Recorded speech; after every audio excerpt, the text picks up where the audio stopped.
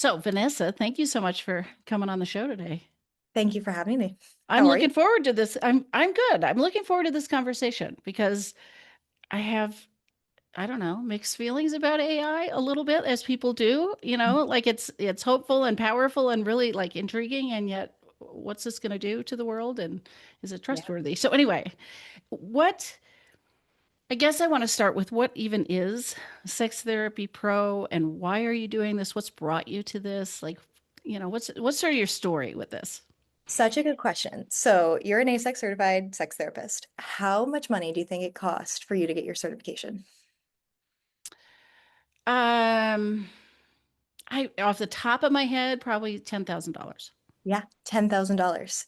Hmm. 50 hours of supervision. Supervision is around 150 to probably $200, about that. And then like the SAR and all the programming, Right, another $7,000. right. So I probably spent, I don't know, upwards of 15 to $20,000 getting my certification for ASECT.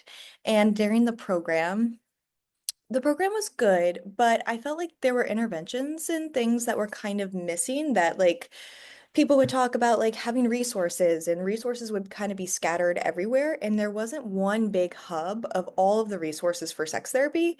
So I was like, wait, let me create that. So it actually came more of like a like sex therapist to other kinds of therapists, so like couples therapy or even other sex therapists who like wanted to pull resources. So like an intake for like a biopsychosocial sexual intake, like that could be on there. And then like all of those resources that therapists use. But then I was like, wait, there is a huge gap in accessibility to like sexual health information. Like, where would you go if you had, say, vaginismus? Like, I don't know. Like, you're a gynecologist, but gynecologists only have about 3 hours of sexual health training Right. in their whole I training. know it's insane. It's insane. I was like, Yeah. okay, so there are so many people getting misinformation, misdiagnoses, and of course, Sex Therapy Pro cannot diagnose you. It is not a human. But it can at least lead you to the places that you should go. It's like, oh, there are specific people for vaginismus, like a pelvic floor therapist. And Hmm. eventually, I hope to have a whole map of providers, sexual health providers on the app too. Okay. Yeah. So it started in that, all right, let me gather up some resources and stuff like that, and and is growing, right? Still evolving. It is Yeah. evolving. So it was like, okay, I made a custom AI. So Sex Therapy Pro is a custom AI that I built. Well, I didn't build it. I am not a tech guru, but I had developers create the custom AI, and it's a closed AI. So you know how normal AIs they pull from the internet and they pull from all sorts of different resources. Hmm. Didn't want that because I wanted all the information in it to be correct. Right. You want to vet all of it as opposed to open Yeah. it up to everything that you could possibly find on the internet. Yeah. Exactly, because like if you look things up on Google about sex, like there are results that are wrong. Hmm.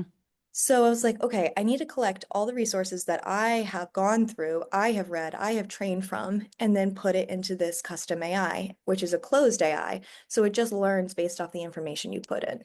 Right. Okay.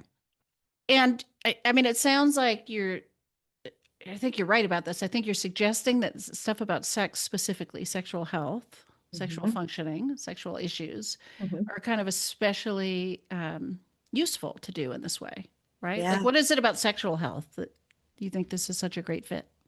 I mean, where would you go to figure out how to correct erectile dysfunction other than your urologist? Like, what if it's not a biological issue that can't be solved with medication? What if it really truly is performance anxiety that you have and you're just sitting there and scared to go talk to your guy friends at the bar, or you're scared to talk to anyone about the erectile problems, and you're just sitting there like, okay, what do I do? Googling stuff. And like the Cosmo articles can be pretty toxic, and there's a lot of toxic things out there that are incorrect and spread misinformation. So I really kind of wanted to create something that was accessible for those individuals who would probably never see us anyway. Right, right. And there's an awful lot of places where you can't see us. I mean, I don't know how many states still don't have a certified sex therapist, but it could be pretty far away, even in the same Yeah. state, right? Yeah. Also, like our rates, it cost a ton of money to get certified, and then it costs a ton of money to get our master's or PhD or Right, PsyD, and then like we have to also make a living. So like we can't be doing session for like $20 an hour. right. So it's really it's an inaccessible place. And I was like, wow, I was like, I have a personal vendetta against like accessibility in this space. I was like, I need to do something about it. Yeah, yeah. It's interesting then because you're still working in private practice as a sex therapist, right? So you're Yeah. sort of hitting both ends of the Yeah. accessibility of the interactions. Yeah, And but then, oh, go ahead. is there anything in the middle? That's a good question. Like, is there anything other than like a sex therapist in private practice or a sex therapist somewhere, and then the other places like where you get free advice, like Reddit and stuff like that? I mean, I suppose there are therapists that have sliding scale or pro Yeah. bono, or if you somehow, we were talking about this before we turned record, if you find someone who's taking insurance for this, which can be a little bit of a Okay. questionable Yeah. practice, but maybe that helps make it a little bit more accessible too. But you're right, there's a big gap in terms of accessibility, right? It's a big leap. Yeah, that's kind of what I wanted to solve. Like the problem I solved was this accessibility in that middle ground of like, okay, free advice and not so great advice and really great advice by trained professionals. Right. Yeah. Right. Okay. And then let's talk about shame because, Oh. this is another barrier, right? It's not just money or Mhm. access or where do I even go, but it's like I'm too ashamed or embarrassed to talk to a human about this. 100%. I think it takes a lot of courage and a lot of bravery to just send an email to one of us. Hmm. People think about it. I've had clients say they've thought about this for years and they never hit send. Yeah. And I've it's gotten something, that same thing. People that we looked you up years ago and now we're finally coming yeah. in. And imagine like what they could have done like years ago if they didn't have like if they had the resources. Yeah. So, at this point, do you picture it more for lay people with these struggles, or is it aimed more that direction than supporting professionals in the field that need access to sexual health information? Yeah, so that's kind of where I pivoted is I kind of just talked to a lot of different people and like marketed it myself and talking to just lay people and then like clinicians. And I did find that there were so many people like that are not clinicians that are so interested in it. And I was like, okay, I'm gonna make a little bit of a pivot for now to kind of go towards like the client side rather than Hmm. the clinician side. Yeah, yeah. Okay. And I suppose the same information is useful to both, right? Like it's not like it's that different in terms of people that are couples therapists, perhaps, who have no sex therapy training or something like that. Yeah. Yeah, Yeah. I agree. Because the interventions are still going to be on there. So, like, I hope to put, like, I have exercises that I want to put on the app. So, like, the app will not just have, like, the custom AI and the Sex Therapy Pro, but also, like, some of the exercises that we might use in session. And I think clinicians can also use those exercises. Like, if they get the app, they can be like, oh, this is a good exercise. Let me implement that in session. Right, right. Okay, so the idea of I don't know. I'm trying to think about some of the pitfalls or dangers of this, or the damage it could conceivably do that a human might be able to read in the room, right, and Yeah. react to. I mean, this is an inert, you know, No. tech thing, right? So how do you handle bumping up against trauma or So it's hard because you're 100% right. Like the AI cannot read your body language. Like it will never ever replace us because like we can see someone's face, their tone of voice, and we know what they are kind of thinking and feeling. Mhm. You can never replace that. Yeah. So, like when it comes to trauma, it is trauma informed. It was trained to be trauma informed. But when it bumps up against something, it always says, please like seek help and go find like a certified sex therapist, or please talk to a mental health professional about this. So, like, it is trained to be able to say, okay, I need to get you to the right person right now. Like, this is not the right space. And what do you mean when you say it's been trained to be trauma informed? Could So, you talk a little bit more about what that involves or what that even means? yeah, so like trauma informed resources that like we have read as therapists, I put in there. Okay, so it's got that information, and then how were you able to train it to recognize that it's bumped up into something? Are there certain things people type in that it's learning from all the time around getting I think triggered or yeah, so it is learning from like a large the 5,000 resources I put in, and also it's learning about you. It's personalized to you.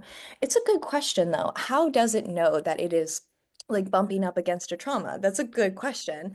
And I guess it's just going out of the resources that I put in. I also had to put in like there's like a place on the like site that you can say, okay, if someone talks about suicide, like this is what you need to do. If someone talks about this, this is what you need to do. So I did put that information in, like me personally, like writing that into Mhm. the back end interface. Yeah. And I imagine you've got some sort of not disclosure, but like instructions for people using this too to be alert for their own trauma and triggers, right? Like please seek help if any of these kinds of things. Yeah. Like it's on the human user of this to some degree too. Sorry, what was that? It must be on the human user to some Yes. degree, right? Yeah. To also recognize this, not count on the AI. Yeah, it's on the human user, but also the AI, it's very sensitive. So if it comes up against any like thing that might be trauma related or something that you need to seek help for, it will automatically say it. Like most of Okay. the responses say, like, if this continues, please go seek medical advice or a certified sex Yeah. therapist. Okay. Yeah. And because it's a closed I mean, you built it to be inclusive too, right? Oh Sex yeah. positive, Very all sex the positive. resources with all the. How are you keeping it up to date on like language trends and identity words? This stuff's evolving all the time, It right? evolves all the time. I've got to be on it. Yeah. I have a clinical advisory board with two other AASECT certified therapists and then a cuddleist and a somatic body worker. So all like they will sometimes just send me stuff and be like, hey, this is the new things that like I want to have in this AI. These are the important things to have in it. And then I'll upload them. Okay. Um, how do you I mean, I brought up a couple of the concerns about AI, but like, what are the concerns people have about it, especially around healthcare or especially mental health kinds of stuff? And then how are you, I don't know, protecting against that or accommodating those things? Like, how do you answer some of those questions? I mean, they're really good questions. And I think the problem is people are using ChatGPT as their therapist. Right. And ChatGPT is what is the parent company of ChatGPT? I It's don't even know. Open open. AI. Right. Okay. Right. Which is, Means it's open. And like the things that ChatGPT says, like if you go on there, yeah, like some of the stuff is pretty good that it says as like a therapist, like reading some of the things, but also some of the things are not as good. So I really wanted to create like since people are already using AI for therapy, like it is all over TikTok. People are like using ChatGPT literally as their therapist, as their coach, as everything. And I'm like, okay, there's a lot of limitations with that because they have no, like, you have no idea what that chatbot is saying. right. Like, Or where it's getting this information or, yeah. where is it Yeah. getting it? I have no idea. So it's like, okay, I want to make something better that is like regulated because like people are just, it's doing the work of a therapist, but it is completely unregulated. And I don't like that. Yeah. I read some story recently about, oh, I won't remember this exactly, but somebody was sharing their like paranoid delusions. And ChatGPT was just validating this. Like, yeah, nobody's listening to you. I mean, it was totally on board and didn't know to question that this person's having like a psychotic break. I mean, it wasn't a real person. It was like something that was being tested. Tested. Yeah. And the ChatGPT is like, oh my gosh, yeah, your partner's not taking you seriously. They're not listening to you. All this stuff. I can't remember exactly what it said, but it didn't recognize that this plant person was Oh, psychotic. Yeah. So it's like there really oh, are oh, limitations, right? Not just in like the information it might give, but even in the yeah. awareness of what's happening. Also, I imagine that that influences the psychosis even more, and is like it validates the psychosis, and it's Yeah. like, well, something's wrong with me. Yeah, it I don't. becomes a little bit of a I can't remember the term where you get back what you put in, right? Uh anyway. Oh, just like validating it. Yeah, yeah, yeah. Yeah. And like it building even more of that into Chat GPT too, right? Because it's Yes. learning from every. So does your platform learn from the people that are interacting with it? Are they infusing uncontrolled information? or So, learnings into this from the, because now you've got humans that you aren't controlling, right? Interacting with yeah. your So closed AI. it doesn't feed back to the machine. So like Okay. if you say, okay, it's May and the weather is X, Y, and Z in Miami, it's not going to take that information. Like it's just going to give information. It doesn't Okay. receive. It can learn about like you, but like it won't take it back to like the mothership where all the information is. Right, right, right. Okay. Yeah. Okay. And so how do you see this interacting? I mean, are you putting us all out of business, or how do you see this interacting with the therapy field, or I mean, to extrapolate in the medical field or whatever else? Like, how do you see the synergy of an AI platform like this, and then trained professional humans? I hope that it helps people get to us. That is my whole goal in all of this. I hope that people can talk to this AI for free and realize that there's nothing wrong with me and I should actually talk to a real person.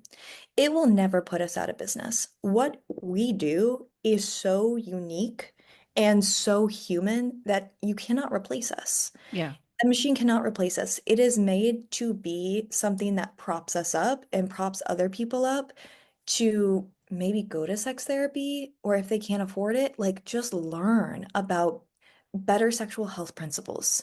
Like it can learn about the 6 principles of sexual health. It can learn about sensate, people can learn about sensate focus. They can learn about these things and they don't have to look it up online. Like you can say, hey, I'm having difficulty with arousal. Like, what can I do? And it will give you that answer, a personalized answer.